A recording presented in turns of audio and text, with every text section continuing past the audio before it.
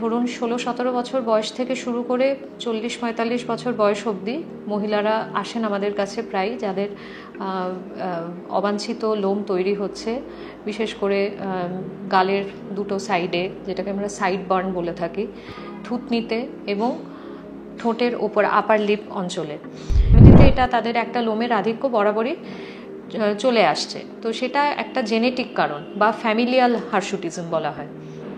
আরেকটা হচ্ছে যে কোনো হরমোনাল কারণে হার্সুটিজম হচ্ছে, অথবা কিছু ওষুধের থেকে হার্সুটিজম হচ্ছে। বিশেষ করে যারা শহরে যেসব মেয়েরা থাকে তাদের লাইফস্টাইল বলুন, খাদ্যাভ্যাস বলুন, এগুলোর জন্যে ওভারিতে সিস্ট হওয়া এবং তার থেকে ওভারির হরমোন যে নিঃসরণ হয় তার কিছু সমস্যা দেখা দেয়। যেমন ধরুন একটি অল্প বয়সী মেয়ে, তার হঠাৎ করে ভীষণ অ্যাকনি পিম্পল হতে শুরু করেছে, আগে হতো না, হঠাৎ করে পিম্পলস হচ্ছে, মাথার চুল পড়ছে, গালের লোমগুলো বড় বড় মোটা মোটা হয়ে যাচ্ছে, শক্ত শক্ত হয়ে যাচ্ছে, তাকে কিন্তু একজন বিশেষজ্ঞ ডাক্তারের কাছে গিয়ে টেস্ট করিয়ে পরামর্শ নিতে হবে।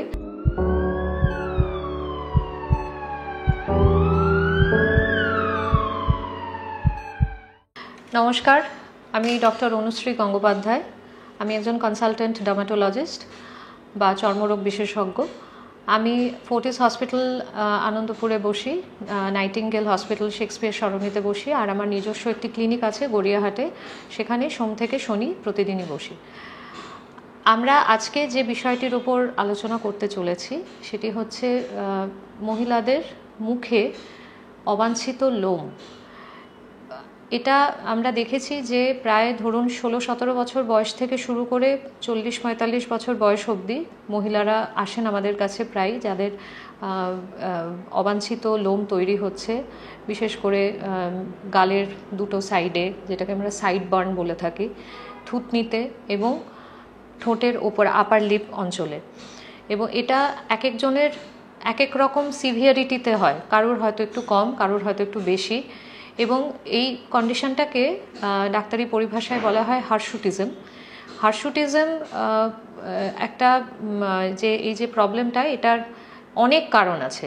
তো এর মধ্যে যেটা সব থেকে কমন কারণ যেটা আমরা দেখি, সেটা এক তো হচ্ছে একটা অনেকের থাকে, যাদের প্রত্যেকেরই বাড়িতে মা মাসি তারা সবাই একটু বেশি তাদের মুখে একটু লোমের আধিক্য রয়েছে। তাদের হয়তো আর কোনো হরমোনাল প্রবলেম নেই, কিন্তু ফ্যামিলিতে এটা তাদের একটা লোমের আধিক্য বরাবরই চলে আসছে, তো সেটা একটা জেনেটিক কারণ বা ফ্যামিলিয়াল হার্সুটিজম বলা হয়।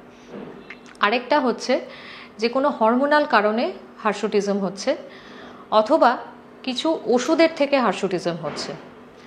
হরমোনাল কারণ কিসে হতে পারে? খুব কমন কারণ হচ্ছে পলিসিস্টিক ওভারিয়ান ডিজিজ।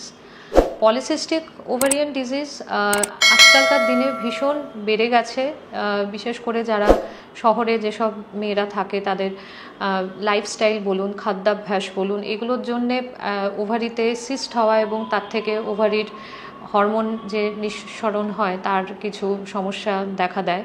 এবং মেল এবং ফিমেল হরমোনের যে ব্যালেন্স আমাদের শরীরে রয়েছে, সেই ব্যালেন্স বা ভারসাম্যটা হারিয়ে গিয়ে সেখানে পুরুষ হরমোনের আধিক্য বেড়ে যাচ্ছে। এবং সেই ক্ষেত্রে শুধু মুখে নয়, যেগুলো অ্যান্ড্রোজেন সেন্সিটিভ এরিয়া, যেমন বুকের মাঝখানে বা তলপেটেও লোমের আধিক্য হচ্ছে। তার সঙ্গে আরও বাকি অন্যান্য বৈশিষ্ট্য কিছু রয়েছে পলিসিস্টিক ওভারির, যেমন চুল পড়ে যাওয়া, তার সঙ্গে গালে অত্যধিক পিম্পলস বা ব্রণ হওয়া।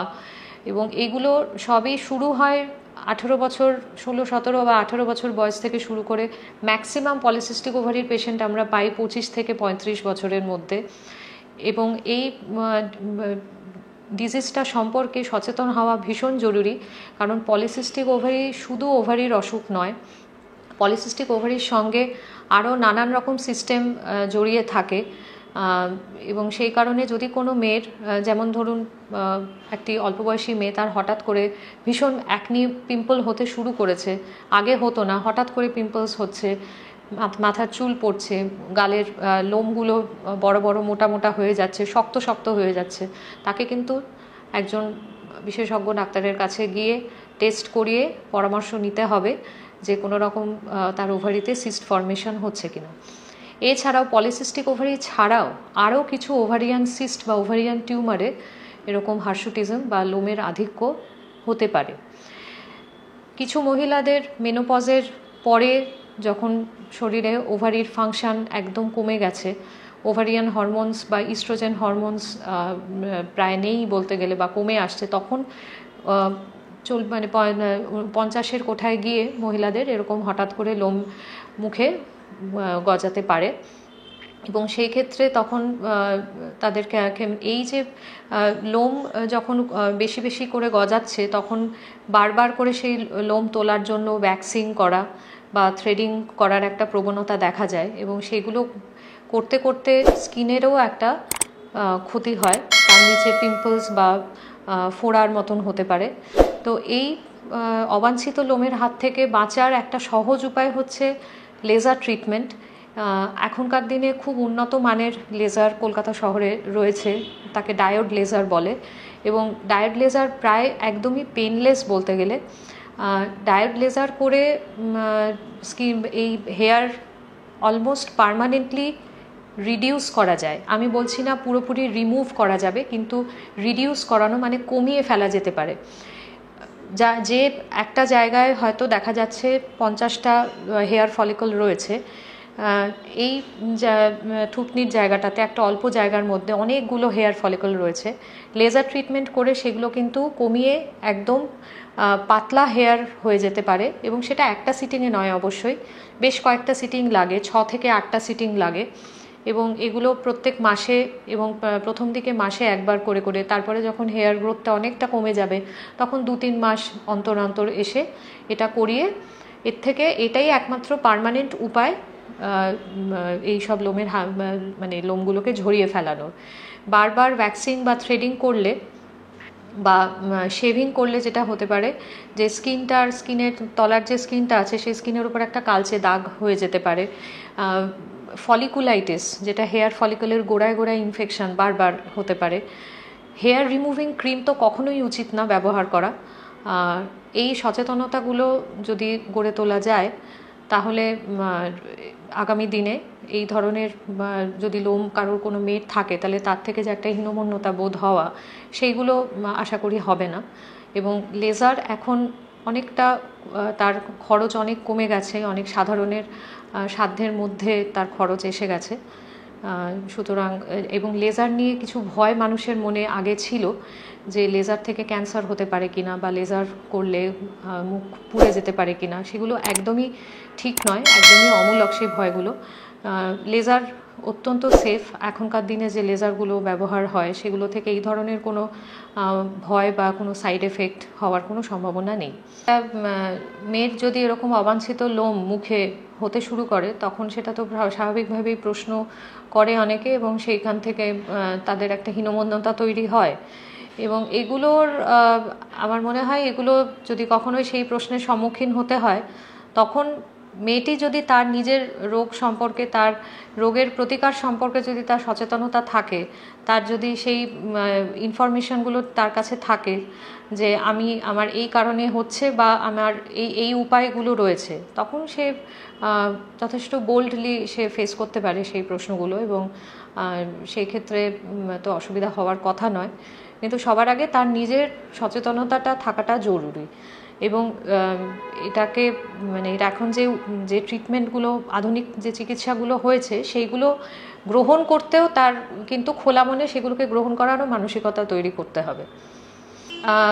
মুখে যদি অধিক লোম হয় তাহলে জেনারেল ফিজিশিয়ানের কাছে হয়তো প্রথম যে বাড়ির যে হাউস ফিজিশিয়ান যে ফ্যামিলিতে দেখেন সবাইকে, তাকে প্রথমে বললেন, এবং হাউস ফিজিশিয়ান নিশ্চয়ই তাকে সঠিকভাবে গাইড করবেন যে কার কাছে যেতে হবে। যে প্রথম যেটা করতে হবে যে একজন ডার্মাটোলজিস্টের কাছেই তাকে যেতে হবে। ডার্মাটোলজিস্ট প্রথম স্কিনের ডাক্তার, তিনি দেখে তার বাকি অন্যান্য, মেয়েটির শুধু তো মুখের লোম দেখলে হবে না, তার বাকি পলিসিস্টিক ওভারি বা হরমোনের কোনো প্রবলেম থেকে হচ্ছে কিনা সেইটা তাকে দেখে, তাকে পরীক্ষা করে, ফিজিক্যাল এক্সামিনেশন করে তিনি যদি বোঝেন তাহলে সেই মতন কিছু ইনভেস্টিগেশন, কিছু টেস্ট লিখে দেবেন, সেইগুলো মেয়েটিকে করতে হবে। আরেকটা আমি যেটা বললাম যে কিছু ওষুধ থেকে এই ধরনের হতে পারে, যেমন কিছু সাইকিয়াট্রিক ওষুধ, কিছু অ্যান্টিকনভালসেন্টস যেমন কনভালশনের ওষুধ, এইগুলো খেলে বা সাইক্লোস্পোরিন বলে একটা মেডিসিন আছে, এগুলো যাদের ধরুন কিডনি ট্রান্সপ্লান্ট হয়েছে তাদের এই সব ওষুধগুলো খেতে হয়। সেই ওষুধ থেকেও অনেক সময় লোমের আধিক্য হয়, এবং সেই ক্ষেত্রে সেগুলো যদিও খুব কম সংখ্যক লোকের এই ধরনের ওষুধগুলো চলে, কিন্তু সেটাও বলে রাখা ভালো। আর তারপরে যদি দেখা যায় যে মেয়েটির একটা সিরিয়াস হরমোনের কিছু সমস্যা রয়েছে, তখন তাকে সংশ্লিষ্ট ডাক্তারের কাছে, যেমন এন্ডোক্রিনোলজিস্ট, হরমোনাল স্পেশালিস্টের কাছে পাঠাতে হবে।